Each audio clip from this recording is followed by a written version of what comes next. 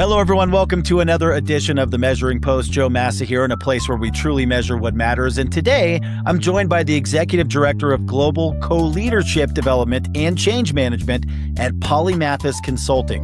She's also the author of Co-Leadership, One Role, Two Leaders. And she started with one simple question: why do we assume one leadership role must belong to one leader? Now, I know that seems a bit ambiguous. We're going to get into what that means, but she pursued this question through her doctoral research in global leadership and change at Pepperdine University. She also holds dual master's degrees in business administration as well as interior architecture. Her career spans not only business, but design, higher education, sustainability, and organizational strategy. So please give a big, hearty welcome, Dr. Chidima Abuka. Thank you so much for joining me on the Measuring Post. How are you today? Thanks, Joe, for having me. I'm so excited. This is so great. Thank you. Yeah, absolutely. When I heard your story and kind of what your focus is, I got to admit, it kind of caught me off guard. I wasn't sure what to expect about it, but it's really sort of a very extremely exciting topic to cover because we all consider ourselves leaders. We work in leadership roles. We want to be leaders, but we don't really understand what that means. So before we get into what your doctorate study was, tell us kind of what led you into this sort of field. Obviously, you have a very diverse background, and you decided to take this question and turn it into a doctoral Right. pursuit. So tell us about co-leadership and where you found yourself into this world. No, that is great. And I love that I'm actually inspiring you. You know, if it's something that you've never really heard of before, or it makes you intrigued, or makes you want to lean in, that's great. It means I'm doing my job. So like you said, my background is very diverse, right? So I've studied business, I've studied interior architecture, strategy, sustainability, climate change. And some people may not see the relationship, like how they all relate. But when you really think about it, they're almost like departments in a company. They're almost like various departments that work together in one place. So there is a system and there is a synergy behind all these other types of experiences and education that I've had. So if we should look at them as like a train, they all have their individual cars, right? And they're all connected. At the very end, there's where all the systems and what is pulling the train together, right? How is the train moving? So there's a place where the engine is. So for me, after learning all these different disciplines for my doctorate, I really wanted to go to where the where the engine of the train is, which is where leadership is, what's pulling all of these departments together, and truly sink my teeth into it and dive into leadership. And even more so, the global part of leadership. So understanding how companies have this global reach or global influence in how all these departments, all these parts of an organization, as you can call it that, how they all function together and relate together. So that was my intrigue. So studying global leadership and change was just the perfect fit for where I was in learning deeper into leadership. Yeah, because I think most people, when you hear the term co-leadership, you think like we're co-founders, we're sort of equal, but it's two people doing the same work. But I'm assuming that that's more of a surface level interpretation of what that truly is. And I would Right. imagine that there's probably a way that you would pick certain people to do those co-leadership roles where their personality and strategies maybe are complementary to one another. Is that Mhm. sort of the underlying theme of how maybe me and you could be co-leaders because we have very different styles in doing things, but the way that you do things and the way that I do things really sort of synergistically are complementary? Absolutely. So you're checking all those boxes. So co-leadership really is an intentional design. That is one of the things that sets it apart from just dividing. This is not about dividing responsibilities. This is about sharing responsibility, accountability, and also sharing, obviously, the good parts of what it is to co-lead together. So for me, the intriguing question was, yes, we're studying at this doctoral level leadership, and we're so immersed in a norm, like one person does it. And I think the fear had always been like, if more than one person does it, there would be confusion. There would be, who is the authority figure here? But as our world is getting more complicated and more complex, it is getting really difficult for one person to be able to inhabit all these aspects that the person is supposed to have. It's coming really almost impossible if you really think about it. And it starts to get really lonely. So just having a different lens of looking at something that we've never challenged before, like one person always does everything. But my goal was I really wanted to see how can leadership be different. And as I did my research, there are some organizations that are starting to practice co-leadership. And it was intriguing to see what are they doing and doing successfully in that space.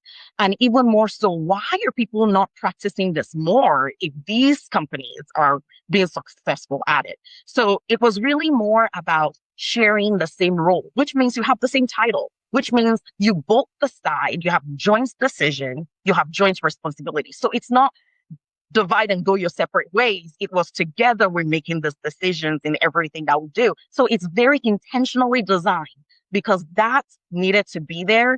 And really what was missing was a common language, for everyone to be able to have that common language and a framework to make it successful. Yeah, I think the framework is what would definitely be the bigger Yeah. part, because I think a lot of people think of this sort of ideology in business practice, and it's more like the old sort of adage of too many chefs in the kitchen, right? Like if we both have the same job, we both have the same role.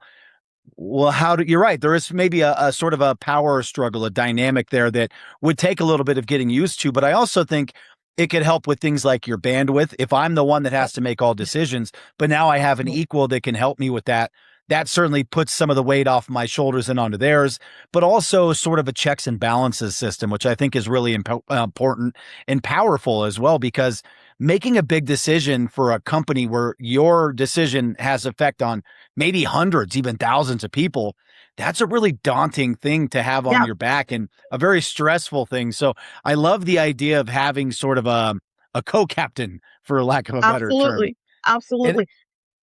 and obviously your frameworks, which we'll get into in just a moment. But a lot of this, I would imagine, is in your book, Co-Leadership, One Role, Two Leaders, correct? That's correct. And Joe, I wanted to say, I love how you use the word equal because it really is equal. And one of the things I want to emphasize in regards to this equality is you kind of mentioned that as well. It's okay to have like a very creative, I call it creative friction that happens when two people come together. It's a healthy type of friction where both of you kind of are not competing, but collaborating and pulling out the best of each other in each situation that you're dealing with. I think it's so important. I think it's actually very healthy to have someone kind of be the person that checks for you. Have you checked that? Are you sure this is going to work? What if we did this? Having that, because let me tell you, leadership is a lot of responsibility, yes, but it could also be a very lonely road when you don't have someone that is walking alongside you to try to like be your sounding board where you guys together are able to tackle and do a lot more. So it's actually can be utilized as a strategic move for any company institution to use to try to have, like you said, the checks and balances to kind of check each other out and to do more and better together. So, and sometimes I've found companies where both co-leaders are in two separate parts of the US or the world, and they're both doing the same thing and managing a group of people and doing it collectively together, but not even in the same space. So it's really could be a very strategic way to really lead. Yeah, and I think it's a great design for leadership. Instead of just like a role, it's a design system where Right. you're actually utilizing the strengths of two individuals to accomplish one task, which I mean, theoretically that makes perfect sense and actually would be like, I don't have to work as hard right now because now I got somebody that can help pick up the slack whenever I'm, missing something. But I do agree that complementary personality traits would be very beneficial here. And you see this all the time. Maybe they didn't call it co-leadership, but even like co-founding. A lot of big Yeah. businesses, they don't want one founder. They want to be a founder. If I have this brilliant idea, I will bring in a co-founder. And it's not just so I can split the responsibility, but it's also, I love what you said, like having a sounding board, because Yeah. I've done this many times myself where I'm a solopreneur or I'm building something for my company, and I'll be like sort of head down in the trenches working for months, building something that in my mind is so cool. And then I get it out to the wild in the market, and people are like, what is this? Why would you waste your time on this?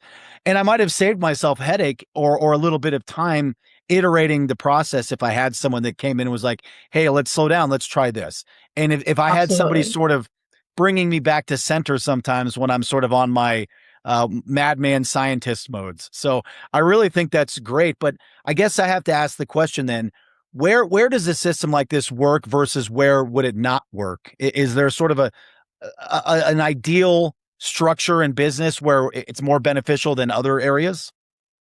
That's a great question. I think one of the things I found out through research and looking at the other companies that have done this successfully is it is a system.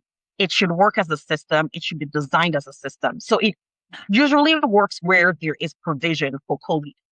So the company, the institution has to look at how things are being done. Could it be structured and how could co-leadership be successful based on the conditions of the firm? So I would always say, check first and ask, how is trust? Is it weak? Is it strong? How are leaders aligning? How does that look like? How is the current state of affairs? All those things have to be in place in order for co-leadership to then come in. So sometimes that's where change management comes in, where we really have to look at the structure, the system, and what is in place. So once those things are there, then co-leadership is a viable option in leadership. It becomes where you can strategically put it into places because the system is ready for it. But most organizations have not designed a system for co-leadership. So the system has to be definitely the first thing that is looked at and analyzed and assessed and gauge the temperature of where it is. And one of the things I love that has been created with the co-leadership book is really, again, that framework where you have an assessment process and analyzing things with a Dualist co-leadership system, where it allows us to look at how people are feeling with the structure and how is it in relation to the leaders that are there and also the followers. So that is definitely also important as to how the system is in the organization so that we can make it as successful as possible. Yeah, and you actually answered a few of my next questions, so that's great. But I'll sort of backtrack so people listening will understand my thought process. My question would have been, first of all, do you get pushback from companies where it's like you always hear this? Well, this is the way things have always been done. So this is Yeah. certainly a new paradigm and a new dynamic in a lot of internal teams, but also you would probably audit a business first and say, okay, here we know your current affair of where you're at right now, which you kind of just went through. But in order to put this process in place or this structure in place, you do have to have a framework. And I know that you've created something called the Dualist Co-Leadership System. So can you walk me through that framework and how do organizations sort of bring that in from day one and utilize it? That's a great question. I think from just its name, the Dualist Co-Leadership System has a lot to do with two. So we're talking about two leaders, and also the system itself is structured around two. We always say you don't know if you don't measure. How do you gauge something if you don't measure? So the system is designed in a way that you will measure things from time to time and check in. It's so important because leadership is a relationship. It is a system. So that has to be in place. So Dualist Co-Leadership System has basically four domains. We have meaningful identity, we have goal setting, we have connectivity, and then adaptivity. And underneath this four domains, there are 13 criteria. And these have been designed to work in a way that helps co-leaders and institutions understand how it's working, what systems need to be in place, what are the co-leaders supposed to be doing, how do they check that things are done? Because when there isn't a system, what happens is slowly there becomes misalignment.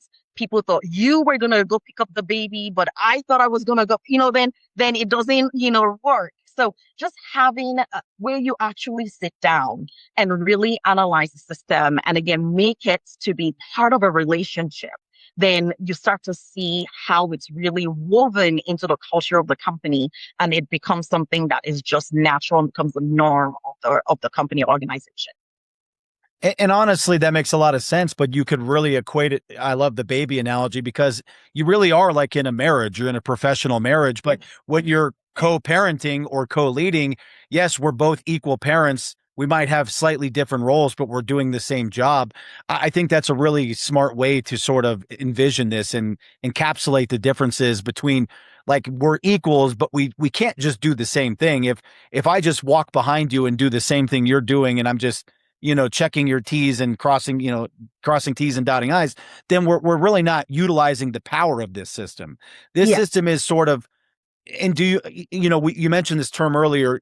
It's not necessarily like a divide and conquer, but I would imagine even as co-leaders, we do maybe have different strengths.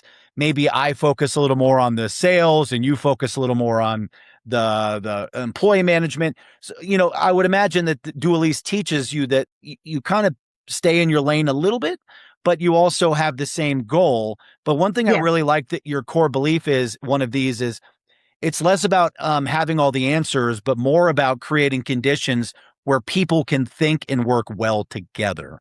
Can you expand? Absolutely.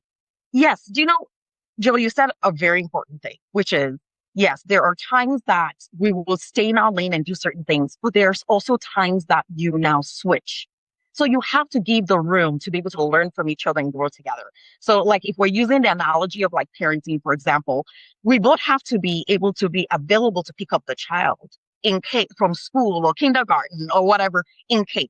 So there has to be that system in place. And I think what makes it so beautiful is even if you are an expert in something, from you doing it and we talking about it, I'm kind of learning by osmosis, like what you do. And before I knew it, I can kind of do, I can, and then I can say, I've got you.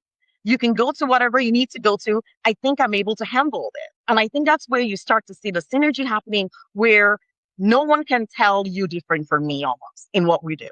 And that is the beauty of co-leadership. You do have a space where you guys can say, let me take this time, and why don't you do this? And that is where co-leadership is a different model in leadership than the divide and conquer because it gives space for that dynamic to even happen.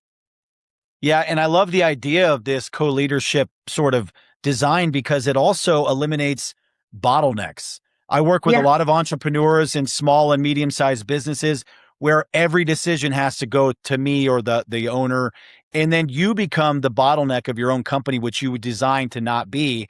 People don't realize that. They go, "Well, we make quick decisions." Well, does every decision have to go through you first? Well, of course. Well, then you're not quick. You're the bottleneck.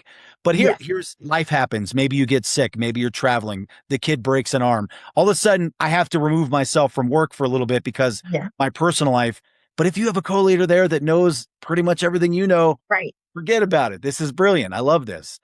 No, And you're I hitting know, all the points. Yes. yeah, I feel like we're co-leading this Yes. conversation right Yes. now. Absolutely. Absolutely. So tell us a little bit That's about the the joy. book because you've actually written two books. But the one, most recent is Co-Leadership, One Role, Two Leaders. And there's a companion workbook that goes with co-leaders. So tell us not only where can we find the book, tell us just a bit about the book and then the workbook that goes with it. So, like, we've been talking about co-leadership. So, co-leadership, one role, two leaders was really designed for people to understand the why. What is co-leadership? What is it all about? So, it gives you a very fundamental understanding of what co-leadership is, as well as the complexity. So, it lays down the groundwork, and that's how the book is. Now, as I'm writing this book, one of the things I started hearing from leaders and followers is how do we do it? Like, how does this really work? How do I do this? Even if I've never done it before, I'm interested in leaning into practicing it in my firm. There was a need for the how. That is where the co-leadership workbook for co-leaders really comes in. It is the practice of how you get it done and how you get it done successfully. The book is designed to obviously give you all the information you need. The workbook allows you to pause now to now reflect and you get an opportunity to write your thoughts down. And the co-leader or whoever you're thinking about also gets to do the same. And you both come together and discuss what you've written. It's a great tool to use and start to analyze where your mind is, what you bring into the relationship, what you're expecting to gain from it. And it allows you to come back in 6 months or a year, whatever the co-leaders decide, and look back. So it gives you, again, duality of things in that you're looking at a narrative. What are you feeling? What are you thinking? What are you expecting? And then you are able to score how you're thinking. So there's a rating score that also comes with that. So it gives you numeric numbers as well. So you have the co-leadership index to look at, and you have the narrative as well to like analyze what's going on. And those two together give you a combination that really sinks well into the analysis and the betterment of how to practice co-leadership. Yeah, I think that's really smart the way you built that because obviously it's great to have a milestone checkpoint where I can look back and say, look, this is where we started a year ago. Look at how far we've come since then. And then do sort of a side by side comparison of the differences and how this design has evolved within your own ecosystem, your own business. Because again, a financial company might have a different setup than a PR company. So although the idea and the design behind it's the same, the practicality and the use in practice are not the same. So to be able to look back and see sort of the growth of where you're at in this journey, I think is really smart, but also it's a great way to engage two people to like sort of come to an agreement on how we're going to Yeah. thrive in these roles together, right? Because now Right. I would imagine at some points there's probably an ego struggle. And that's probably just human nature, but I know that like for example, and I'll use my brother as an example because we're brothers too, so it'd be its own struggle, right? But if I had to like share my business with my brother and he came in as an equal partner, I'd be like, "What? No, like this is mine." So there would be like a dynamic, a power dynamic struggle. So do you see that in practice with some of these companies where there's like an ego battle, or do you find that they're really sort of willing to absorb themselves into the process? That's really deep. I think one of the things, first of all, I do want to say regarding the co-leadership workbook, and you mentioned that is it's really not a rigid structure. It's very flexible. So it doesn't matter if you're a for-profit business, non-profit business, or an institution. It really is very flexible. So you can use it to customize it to exactly what you need. Now, the other parts to this is the fact that we get to have a workshop. That's one of the things we do at Consulting, where we create a safe space where we can talk about these things like ego and things like that. And just for people to really say what's truly, a challenge to them. So some people it could be ego. To some people it could be, something we've learned all our lives is to share. And now it's about practicing it. So they know they're supposed to share, but exactly what does that look like? And that is why the workbook really comes in as well. So ego is definitely doesn't work anywhere. So it definitely would not work in co-leadership. But people do come with that sense. Once they start to see how the co-leadership really works, you can start to see that temperature dropping down. They start to realize that that's not what this co-leadership is not about. Ego is not what would make me. It becomes jointly what would be successful for us. Because to bring co-leadership in, you've already assessed what are the things that need to make us successful. You already know this is going to be something that will help with the next goal that company might be trying to do. So it is so important that people check that ego because it doesn't work so much in co-leadership. There's so much more toys to play with the framework. So ego is not one of the tools, but there you'll have your hands full with other tools that you'll have to drop that ego at some point so that you can hold on to those 13 other criteria that really makes you successful. But do you know what I have found is how this co-leadership thrives well, that you'll start to imagine, how did you ever survive without it? Because look at all so much that has been accomplished. So this assessment, all these milestones check, you start to see, wow, I mean, how have I ever done this without? And your whole leader becomes such part of you that you guys can almost finish each other's sentences. You're able to tell what the other person may say even when they're not around. So it's a really cool and important part of just enjoying the benefits of co-leadership. Yes, and you said it here. Egos don't have a place anywhere, guys. So No. remember that. Check your ego at the door always. But no, I love the design principle behind it because it's simple. It really is like a business marriage. And again, just equating to my own marriage with my wife of 17 years, the longer we're in that role, the easier it is for us to think the same, to do the same, to Yeah. really sort of without each other's, presence, I know what she's going to say in this situation and vice versa. Absolutely. But that comes with time and experience and effort. So again, this is something that continually probably strengthens over time as opposed to becomes more of a burden. It's really a blessing to the business and the people that Blessing. work under you. Yeah. But I do have to address the elephant in the room here because we live in a very modern digital world and AI is everywhere. And, Mhm. you see a lot of people who even make like AI clones of themselves, not only digitally where like they can record Zoom calls and I'm not even there. It's my digital avatar, but like sort of they dump all of their info, all their writing, all their social posts in like an AI brain and they let that be their co-partner. Have you seen any sort of weird AI pushback or like, hey, I don't need another person. I could just use the AI underlords or anything weird like that? You know, as much as AI is always a part of conversation, of course, it's going to come up with co-leadership as well. But I think the underlying factor, which a lot of people have also testified, is they're not here to have human feelings. They're not here to, empathize and do all those things that human. They're not here to really replace another person. They're here to help and assist. And that is really great to use them for the tools that they're supposed to be good at. But we need that human connection. We need that person that can tell the stories and maneuver with how the temperature of situations are. And so you do need that human connection. And that's part of bringing your human self to co-leadership. You have to bring that in because we're not asking for someone that would act like everything is automated, right? We want someone that would come in and will be able to, it's okay to be sad, it's okay to be happy or frustrated or to be vulnerable.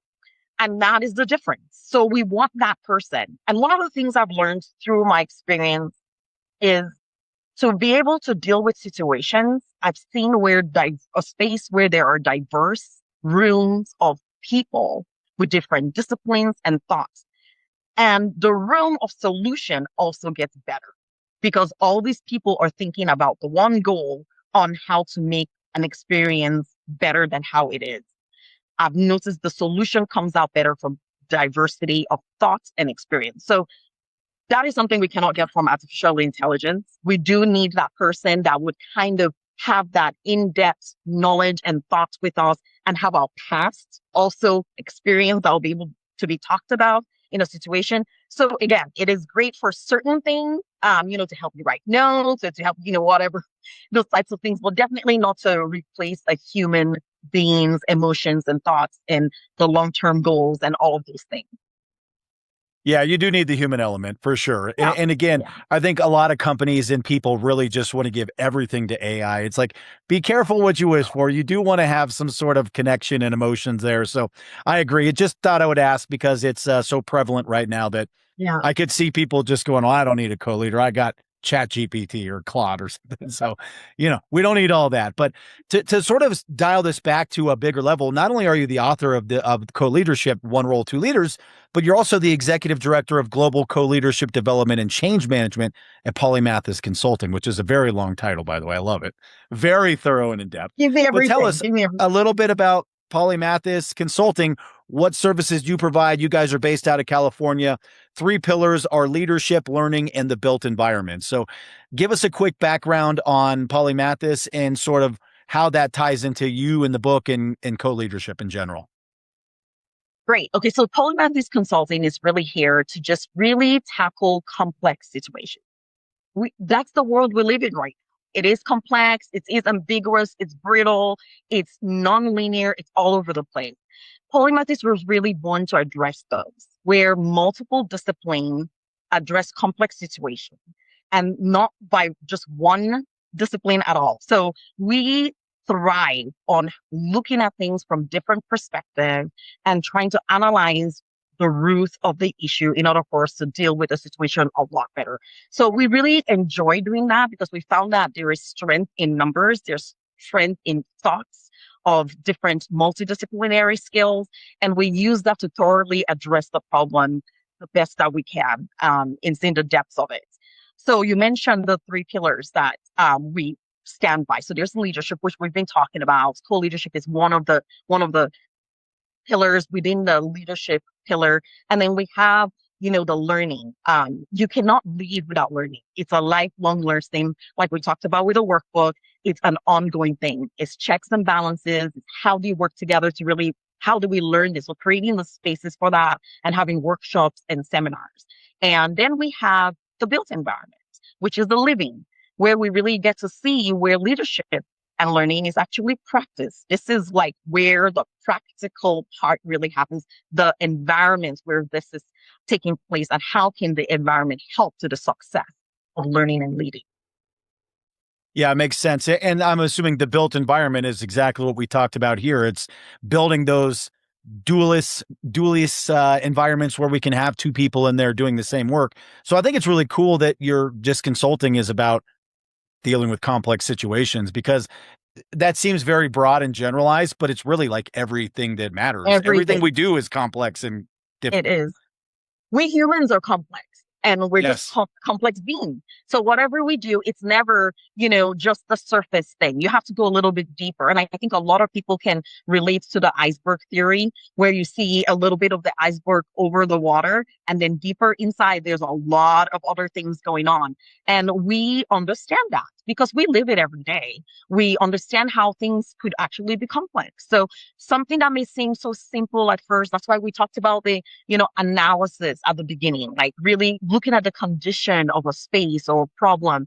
And then we start finding out things. We learn through from every client learns also, but we've learned that dealing with all of it as much as possible, kind of peeling back the onion, really reveals what the issue is or what the problem is, and then we can go from there. But it is important to look at it from different disciplines, and understand that it takes more than one person with different lenses to really see how do we move to a solution that would be comprehensive for everyone involved.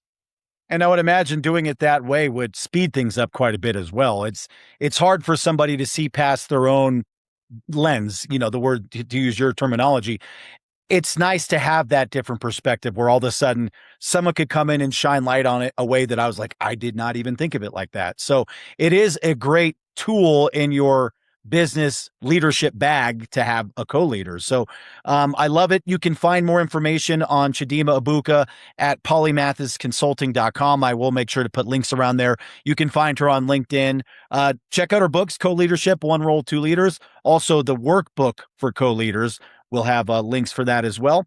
And we can get you booked and talk to other people. If anyone's interested in learning more, I can connect you directly to her through her wonderful PR agent, Rachel Dares.